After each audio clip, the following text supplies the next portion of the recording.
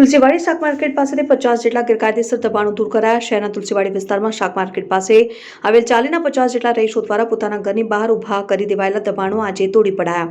Town planning વિભાગની સૂચના હેઠળ દબાણ શાખાની ટીમે સ્થાનિક પોલીસ સ્ટેશનના સ્ટાફને સાથે રાખીને સમગ્ર કાર્યવાહી હાથ ધરી। શહેરના તુલસીવાડી વિસ્તારમાં તુલસીવાડી ચાલીના રહીશોના ગેરકાયદેસર દબાણો અગાઉ દૂર કરવામાં આવ્યા, જે બાદ અહીંયા દબાણો પુનઃ ઊભા થઈ ગયા હતા અને પાણીની લાઈન ઉપર દબાણ થઈ ગયું હોવાની પાલિકા તંત્રને મળેલી ફરિયાદને આધારે કોર્પોરેશને દબાણ કરનાર સ્થાનિક રહીશોને તેમના દબાણ સ્વેચ્છાએ દૂર કરવા અગાઉ નોટિસ પાઠવી હતી, તેમ છતાં દબાણ રહીશોએ દૂર કર્યા ન હતા।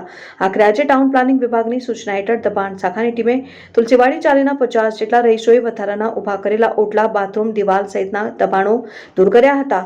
2 જેસીબી મશીન, કટર, બ્રેકર સાથે 35 જેટલા કર્મચારીઓનો સ્ટાફ અને ભાનવાડા પોલીસની ટીમને સાથે રાખીને સમગ્ર ઓપરેશન કરવામાં આવ્યું અને પૂર્વ મેયર સુનિલ સોલંકીના ઘર તરફ જવાના રસ્તા ઉપર દૂર કરવામાં આવેલા દબાણની કામગીરી દરમિયાન સ્થાનિક કાઉન્સિલરો પણ ઉપસ્થિત રહ્યા। રોજ કમિશનર સાહેબ શ્રીના આદેશ અને ડાયરેક્ટરી સાહેબનું સૂચન મુજબ કારેલીબાગમાં તુલસીવાડીમાં ગટર લાઇનની ઉપર આવતા, ડ્રેનેજના લાઇનની ઉપર આવતા રસોડા, બાથરૂમ એના બાંધકામ, જે પણ ગેરકાયદેસર બાંધકામ છે તે તોડવાની કામગીરી કુંભારવાડા પોલીસ સ્ટેશનનો સ્ટાફ સાથે રાખી તથા ટીડીઓનો સ્ટાફ સાથે રાખીને હાલ કામગીરી ચાલુ છે। કેટલા મકાનો તોડવામાં? આશરે 50 યુનિટ જેવું જાણવા મળેલ છે।